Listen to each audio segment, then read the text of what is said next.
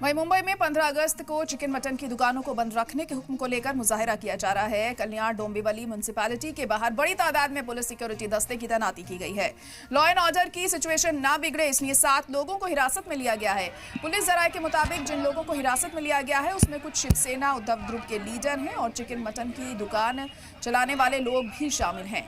तो ये मुजाहिरा मुंबई में किया जा रहा है क्योंकि 15 अगस्त को चिकन और मटन की दुकानें बंद रखने का फैसला किया गया। हालांकि इसकी मुखालिफत पिछले काफी दिन से हो रही है, उस दिन से हो रही है जिस दिन से ये फैसला सामने आया है।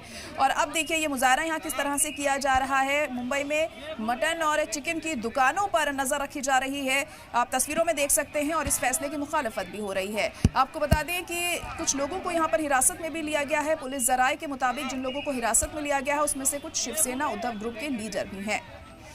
तो अहम खबर इस वक्त आपको बता रहे हैं, 15 अगस्त यानी आज के दिन चिकन मटन की दुकानें बंद रखने के फैसले पर मुजाहिरा जारी है।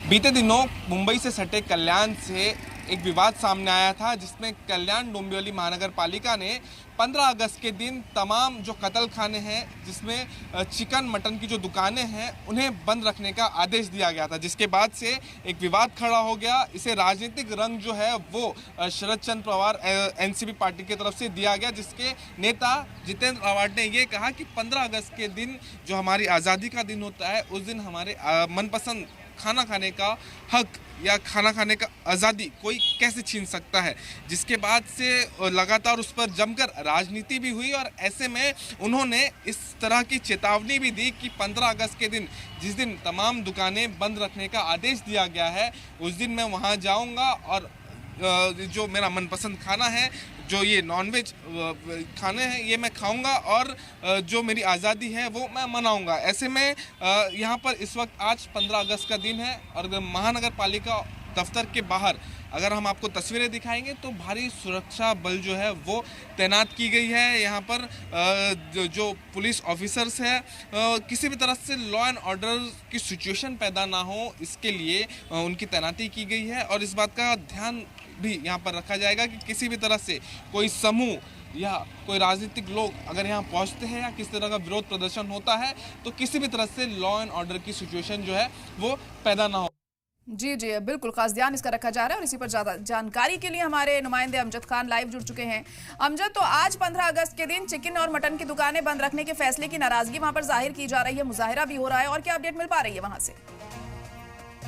देखिए, मैं बता दूं कि पूरे महाराष्ट्र के अंदर ऐसे 6 बीएमसी और नगर पालिका है जहां पर जो है चिकन और ये तमाम जो स्लॉटर हाउस है उसको बैन किया गया है। मुंबई के साथ साथ थाने, नागपुर और मालेगांव, नासिक की तमाम जो ऐसी जगहें हैं जहां पर नगर पालिका ने जो है इस तरीके के आदेश निकाले। इसके साथ साथ विरोध भी जो है वो शुरू हो चुका है।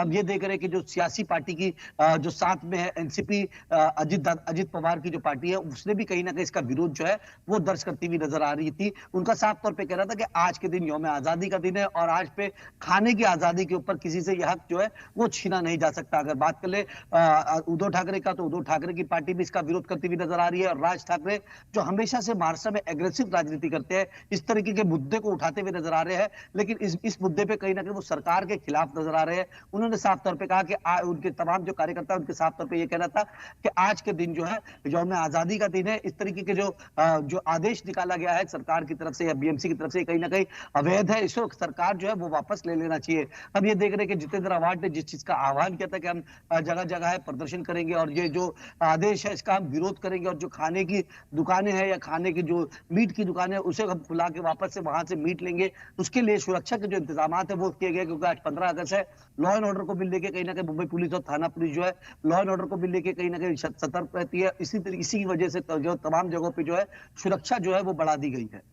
बिल्कुल, हिफाजती इंतजाम जोर तरीके से वहां पर किए गए हैं ताकि हालात खराब ना हो। लेकिन हमने इस दौरान देखा जो मुजाहरा हुआ था, कई लोगों को हिरासत में भी लिया गया है। क्या अभी पूरा दिन बचा है? क्या और भी ज्यादा लोगों में नाराजगी इसको लेकर हमें देखने को मिल सकती है? इसको लेकर अहम बंदोबस्त सिक्योरिटी के भी किए गए हैं वहां पर?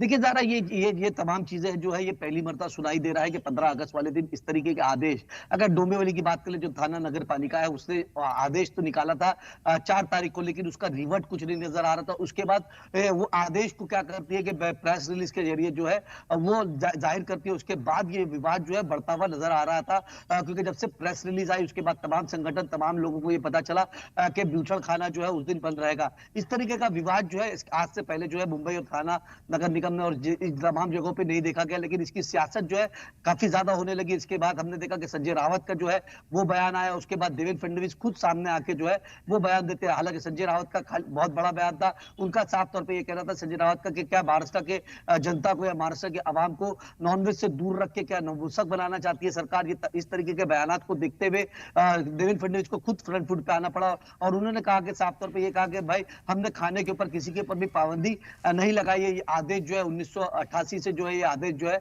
लगातार निकलता हुआ आ रहा है और ये जब शरद पवार जब मुख्यमंत्री हुआ करते थे उस टाइम का ये आदेश जो है उसका जो पालन है वो किया जा रहा है। हालांकि विपक्ष लगातार ये इल्जाम लगा रहा था कि आदेश किसी का भी हो, सरकार आपकी है, तो इस तरीके के आदेश जो है फिर से क्यों निकाले जा रहे हैं, इसको कहीं ना कहीं वापस ले लेना चाहिए। उसके बाद अगर सुरक्षा की बात करें तो सुरक्षा को लेकर काफी ज्यादा इंतजाम किए गए हुए हैं। तमाम ऐसी जगह जो संवेदनशील जगह है वहां पर सुरक्षा जो है वो बढ़ा दी गई है। बूचड़ खाने जो है वो बंद है, लेकिन मैं बता दूं पूना में मेरे को अभी जानकारी मिली कि पूना में चिकन जो है वो फ्री बांटा जा रहा है। कुछ देर के बाद वो तमाम जगहों पे मेरी जब बात हुई तो वहां पर चिकन वगैरह जो है वो फ्री बांटा जा रहा है। तो कुछ जगहों पे यौम आजादी जो है इस तरीके की बनाई जा रही है जहां पर नॉनवेज जो है फ्री बांटे जा रहे हैं। महाराष्ट्र का इलाका है, लेकिन महाराष्ट्र के कुछ इलाके ऐसे हैं जहां पर जो है बैन कर दिया गया है। तो ये कहीं ना कहीं दोहरी राजनीति का नजर आ रही है, क्योंकि इसके अंदर तमाम जो ये मुद्दा जो है राजनीतिकरण जो होता हुआ नजर आ रहा है, इसको राजनीतिकरण करते हुए इसको कहीं ना कहीं आने वाले वक्त में और भी भुनाने की कोशिश की जाएगी। जरा बिल्कुल, जाहिर तौर पर सियासत भी इस पर हमें होती हुई देखने को मिल सकती है आने वाले दिनों में, क्योंकि इस मुद्दे पर अभी भी हम देख रहे हैं लगातार बयानबाजी का दौर जारी है। और देखिए ऐसा पहली बार हुआ है कि 15 अगस्त के दिन इस तरह का ये फैसला लिया गया हो। जाहिर तौर पर इस वजह से मुखालिफत भी इसकी हो रही है कि खाने पीने पर कैसे पाबंदी लगाई जा सकती है। इसे देखते हुए क्या लग रहा है, क्या सिर्फ इसे एक मुद्दा बनाने के लिए इस तरह की चीजें ये सामने आई हैं क्योंकि नगर पालिका चुनाव भी करीब है? जी बिल्कुल ज़रा आपने ठीक कहा कि नगर पालिका नगर निगम बीएमसी का चुनाव जो है वो करीब है। आपको ये बता दूं कि मुंबई जो है मुंबई का महानगर पालिका का बजट जो है वो 70,000 करोड़ से ज्यादा का बजट है। एक स्टेट का छोटा स्टेट जब है मणिपुर त्रिपुरा इसी स्टेट से ज्यादा का बजट तो खाली मुंबई का है। मुंबई से सटा थाना वो भी बड़ी महानगर पालिका कही जाती, नागपुर पुणे ये तमाम जो महानगर पालिका इसका बजट जो है काफी ज्यादा हाई होता है। और कहीं ना कहीं सियासत इसी दम पे होती है, क्योंकि नगर पालिका और नगर पंचायत पे जिसका कब्जा होता है तो विधानसभा और पार्लियामेंट का जब चुनाव होता है तो उसके अंदर उसका बहुत ज्यादा बेनिफिट मिलता हुआ नजर भी आता है तमाम सियासी पार्टियों को। तो सियासी पार्टी यही चाहती है कि नगर निगम का चुनाव जो तकरीबन 7 सालों से ज्यादा हो चुका है, चुनाव नहीं हुआ है। हालांकि सुप्रीम कोर्ट के आदेश के बाद अब ये जो चुनाव है दिवाली के बाद तक का संपन्न करना है, तो इसी साल के अंदर 2025 में तमाम जो महाराष्ट्र के जो चुनाव है वो संपन्न करना है। तो उसको लेकर राजनीति जो है वो काफी ज्यादा तेज हो चुकी है, क्योंकि लगातार ये आरोप प्रत्यारोप की राजनीति जो है वो तमाम लोग जो है वो देखते हुए नजर आ रहे हैं। इसके अंदर एकनाथ शिंदे की प्रतिष्ठा जो है वो दांव पे लगी, क्योंकि वो महाराष्ट्र की रीजनल पार्टी है। उद्धव ठाकरे जो है उनकी प्रतिष्ठा भी दांव पे लगी, क्योंकि वो भी रीजनल पार्टी है। एनसीपी अगर शरद पवार की बात करें, अजित पवार की बात करें, दोनों ही पार्टी की प्रतिष्ठा जो है वो दांव पे लगी है। और इसके अंदर मेन जो प्लेयर है राज ठाकरे जो अपनी सियासी जमीन तकरीबन 2 दशकों से ढूंढते हुए नजर आ रहे हैं, लेकिन अब उनको भाई का साथ मिलने से कितनी सियासी जमीन जो है राज ठाकरे की बनती है ये तो आने वाला वक्त ही बताएगा।